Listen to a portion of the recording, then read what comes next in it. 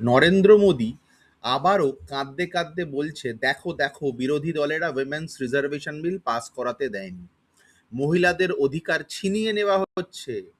মানছি রাজনীতিতে একটু আধটু মিথ্যে কথা চলে, তাই বলে মানুষটা যখনই মুখ খুলবে তখনই মিথ্যে বলবে আর অন্ধভক্তরা এটা বিশ্বাসও করে নেবে?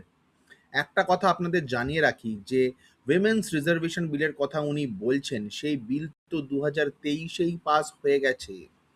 উইমেন্স রিজার্ভেশন বিল যদি সহজ ভাষায় বলি, তবে লোকসভায় ও রাজ্য বিধানসভায় যদি 100টি আসন থাকে, তবে সেখানে 33টি আসন মহিলাদের জন্য রিজার্ভ থাকবে, যাতে মহিলারাও সুযোগ পায়। খুব ভালো কথা। কিন্তু এই বিল চালু হবে ডিলিমিটেশনের পরে, যার মানে আগের একটি ভিডিওতে আমি ডিটেলে বুঝিয়েছি, যারা দেখেননি একবার গিয়ে দেখে নেবেন। প্রেজেন্টে যে জনগণনা চলছে সেটা শেষ হলেই ডিলিমিটেশন করা যেত, কিন্তু সরকার এত ওয়েট করতে চায় না, ব্যাপারটা নাকি এতটাই ইম্পর্ট্যান্ট।